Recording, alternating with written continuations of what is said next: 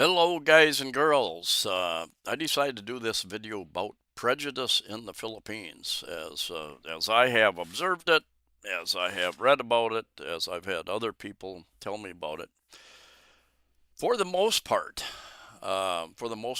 prejudice is positive towards foreigners here in the Philippines, is what been my experience. I will be walking down the street, any place on any island.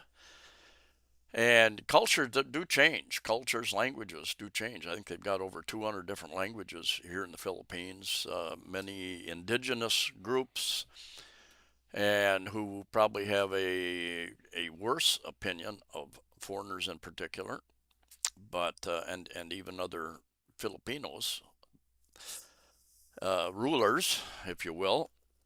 But in general, I get very positive. I've gone during the pandemic, been on the back of a motorbike going somewhere, and went to a checkpoint, and had my what they call quarantine card, or whatever it was called back then. And guy reached out, Americano, shook my hand, said, "Go, go, go." And yeah, my experience, I have people, security guards saluting me at times, and people think I'm ex-military, I guess because of my build. Not a big guy, but I'm broad-shouldered, I guess. And yeah, and I was going to join the military during the Vietnam War, but they had a they come up with a lottery system with numbers, and I end up with a high number, so they didn't draft me, and I ended up going to college instead. Got a teaching degree. But anyway, um, prejudice in the Philippines. I know a couple African American guys, black guys here, and I've told them, yeah, I've said in videos, I've had girls come up to me in the mall and on the street and ask me, are you alone?" And the one friend, African American guy, said, "That's never happened to me." Well, that's probably good. Those girls are prostitutes. And it's not like happens to me every day, but it has happened. There are a number of girls like in Isle Mall. They've changed over the years, but there are two or three girls I see on a regular basis. They're walking around, and "Are you alone, sir?" No, and they know me. They know that I'm not going to entertain them. Um, but anyway, I used AI. I used Grok to kind of confirm many things that I've known, and it puts in words what better than what I would. So where Grok is X, formerly Twitter, and I've used a number of different AI models, and I'll do a video one day about the free things you can get on. I've done that in the past as well. Anyway, the Philippines, like many societies, has several forms of prejudice and discrimination rooted in history. Spanish and American rule, the Japanese coming in here, of course. And my observation, for the most part, I've been told by a taxi driver, I asked him about crime a couple different times over the years, and they said, "You don't have to worry, you're American." The guys that rob the people on the street, they usually rob the Japanese and the Koreans because they're known to be carrying a lot of cash. I know there was a Japanese guy a number of years ago. I think it was close to Landers Superstore, and he refused to give up his wallet. The guy shot him, killed him. But I walk a lot. I talk to people a lot. I say hello, good afternoon, and I usually I smile. They don't know who you are, what language you speak, what your intentions are, if you're good, bad, and that usually breaks the ice. And they smile back, they greet me, and they'll even stop and chat a while if we are so inclined to do. Anyway, there have been a few occasions where I've got kind of a nasty look from people. So there are some people who do not like foreigners for whatever reason. Bad experience in the past. for whatever reason, they do not like foreigners. The very, very small minority in the areas I've been. There could be other parts, other islands, other areas of the Philippines. I've read the article or something quite a while back where somebody was up in one of the indigenous tribes area where they sell their handiwork, they sell their crafts that they make, and the tourists, one tourist, I think a tourist had written this on one of the sites. I didn't buy anything, and they became very angry with me. Well, I can understand that. I can understand that. You know, that is their livelihood. You come and you look and you take pictures. You don't you don't spend any money there. Um, so they feel like they're being taken advantage of. I can understand that feeling, and maybe there's a way. You know, if you visit those kind of, maybe there's a way to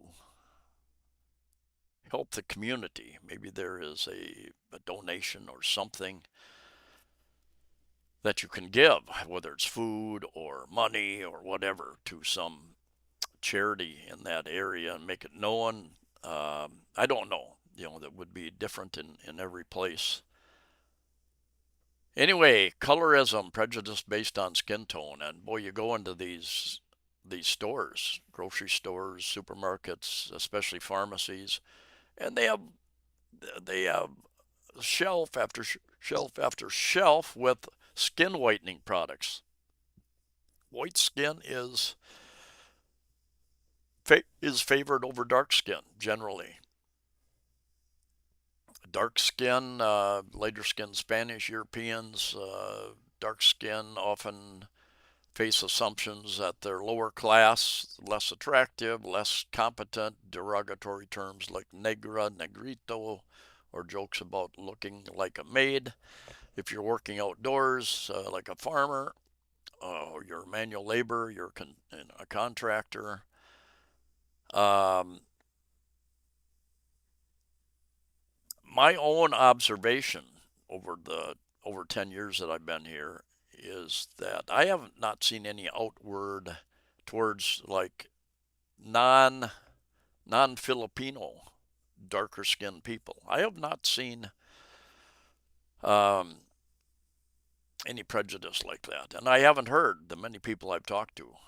They talk. I have heard on rare occasion. I have heard somebody talk about a dark Filipino, uh, not derogatorily, but kind of in between, kind of leaning in that direction. Prejudices against the darker skin.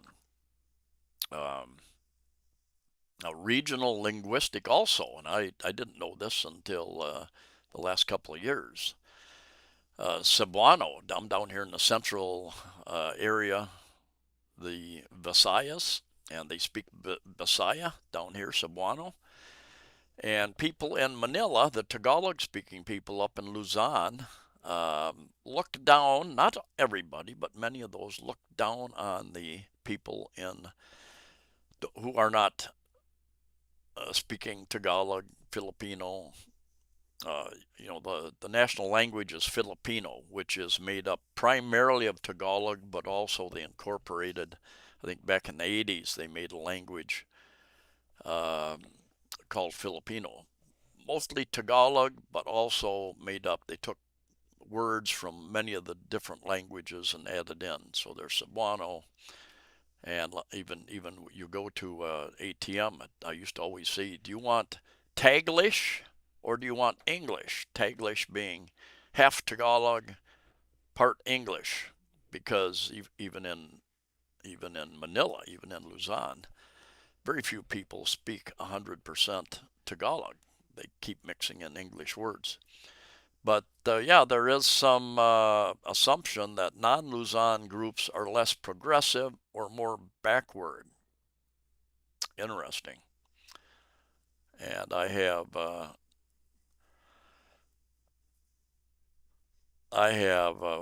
witnessed it a little bit, I think. People from Luzon coming down here for various reasons and interacting, because a lot of Cebuanos, a lot of the people that speak Bisaya, and they speak English, and actually Filipino is like their third language. And I've been told by many that we learned Filipino, but we use Bisaya language, Cebuano, and English. We don't use Filipino, so we've lost. We don't have the knowledge of the vocabulary. We've lost it since our young years. And yeah, it's been and the people from Manila come down. One real estate, one was a kind of multi-level marketing meeting I was involved with, and one was a real estate type thing. And yeah, the presentation, they had a slide presentation, and it was in Filipino. And I think that because of the slides, and I was familiar with what they were trying to do, I understood what they were. I didn't understand their words, but I understood what they were trying to get across. Maybe even better than many of the younger Filipino or Cebuanos. And then you have ethnic, religious prejudice, especially against Muslims, Moros, and indigenous peoples. And don't see a lot of Muslims in like Cebu City. They're here, and they've got different. Some of you may be Muslims. I'm not saying anything against Muslims, but I'm just stating the facts and my observations. Um, the last several months, we've had some Muslims. I've been with them in the just one at a time, in the elevator, and 3 or 4 instances where they were, I would say, impolite, turned their phones on very loud. The other day, when the guy started singing some Muslim song or something, real loud, and it was pretty obvious he was doing just to irritate the Filipinos, just to irritate the Filipinos. That was my observation. What I got out of the whole thing. So there is some. And when he got off, yeah, one of the ladies in there was very. You could tell she was quite upset with the whole thing, and she said, I think he's Muslim." And yeah, definitely some prejudice. Not all, because you'll see Cebuanos with their, especially younger people with their classmates who are wearing the Muslim garbs, the sheets, whatever you call them. So anyway, that's part of us. And then against indigenous peoples, I kind of the Lumad, the Igorot, the Eta, viewed as primitive or uneducated, and even the ones from the what they call from South Mindanao, they call them. They've got a name. They taxi drivers for years they called them. Now these ladies with their children hanging onto a little baby, trying to sell things and get money, knocking on the taxi window, and especially during the holiday, Christmas in particular, they'll come up. And many years ago, even there were so many of them up here that the government put up shipping containers in the downtown area, and moved many of them into those, trying to give them a place to sleep so they weren't sleeping on the street. And then eventually they helped try to move them back to wherever they came from. Badjao is the term they called these. Usually some girl, some lady with a little baby dressed in the Muslim type dress, going between the lanes of traffic, knocking on the windows, asking for money. Yeah. I think another word for that is sea peoples, I believe. But they're not just in. They've got communities, I think, in South Road properties. Somebody told me that, where they go and stay at night. And then discrimination against the gays and ladyboys and all that type of thing. Despite the Philippines ranking as relatively gay friendly, and I think I read an article a while back where there's the highest percentage of transgenders, something like that. I don't know if it was Southeast Asia or worldwide, but you see them quite frequently, um, especially if you're out in the bar areas. They've moved around. I walk a lot, and I've noticed over the years that I never not suspecting I've been walking down some street and in the evening, and there's several ladyboys. They look like girls from a distance, but then you hear their voice and you say, "Oh, I don't think they're girls." Anyway, and then especially Muslims down in the south of Mindanao, especially southwest area, they're allowed to have their own Muslim laws down there, their own Sharia law. So they can come down very, very strictly on lesbians and gays, ladyboys, and such. Some local areas, parts of Muslim Mindanao, have ordinances allowing discrimination, even against. I read an article recently where I forget what country it was. Said it's okay to beat your wife as long as you don't break any bones or do major damage. That's part of their Sharia law. Class and economic prejudice.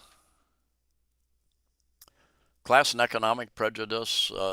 I've seen. I don't see quite as much anymore. 10 years I've been here, but boy, the first many years I would see a lot of job postings in windows of businesses and such. And yeah, it's looking for female. They'd give it the height and weight. uh, Very specific about who they want. Something that would be illegal in the U.S. But I mean, I guess we're all have our preferences or prejudices. I was in a position to hire and fire people in many different careers that I had over the years in the States, and we all have our preferences, and we read the resumes, we make a first impression in the first few seconds of meeting somebody, go through the interviews, and sometimes I didn't make the best decision as I employed somebody, and they turned out not to be the good person I thought they were, and they became bad employees in the end, and then you have to deal with that. So, gender-based prejudice, sexism, misogyny. Women face stereotypes relegating them to domestic roles with biases like "you're just a woman." I don't know. I've only seen two female taxi drivers in my 10 years here. Yeah, assumptions that women are bad drivers, leaders, body shaming. I don't know how much of that goes on. Um, I've seen a number of female upper management people and management people. So I guess it depends upon what part of the Philippines you are in. And these prejudices often overlap. Dark-skinned Muslim from Mindanao may face multiple layers. They manifest in casual language, slurs like "intsik" for Chinese, Filipinos, "Bombay" for Indians, media portrayals, workplace bias, even family attitudes. And there are a lot of Chinese and Filipino Chinese here. Um, and I've seen coffee houses where, yeah, the Chinese and Filipino Chinese kind of hang out in one area. Well, that's normal. Even here, Australians tend to go to a bar owned by an Australian. here, even Dumaguete. I know I was in a bar many years ago in Dumaguete owned by, and I forget his nationality, if it's British or American, Canadian, but an Australian opened up a bar in a little bit different part of town, and most of his, he told me, most of my Australian customers went to the Australian bar. And we all have that. We have similar backgrounds, similar sports, country, education. Most of us prefer to be around people similar to ourselves. Preferences doesn't mean it's prejudice, it's preferences.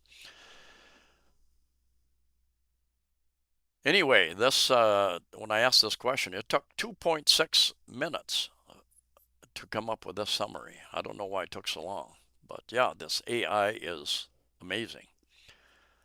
What is scary is when the militaries around the world put AI into weapons and let the weapons decide who they're going to kill.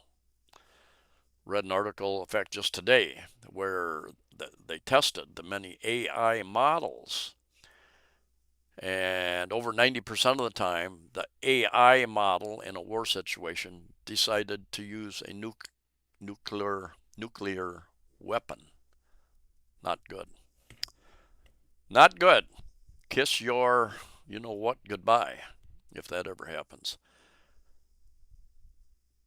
Anyway, yeah, AI is amazing. It would take me a few hours probably to come up with all this same information. But anyway, there it is. What do you think? What is your observation? What are your thinking about prejudice? Your observations, your personal experiences. Anyway, thanks for coming along, and we'll see you in the next video.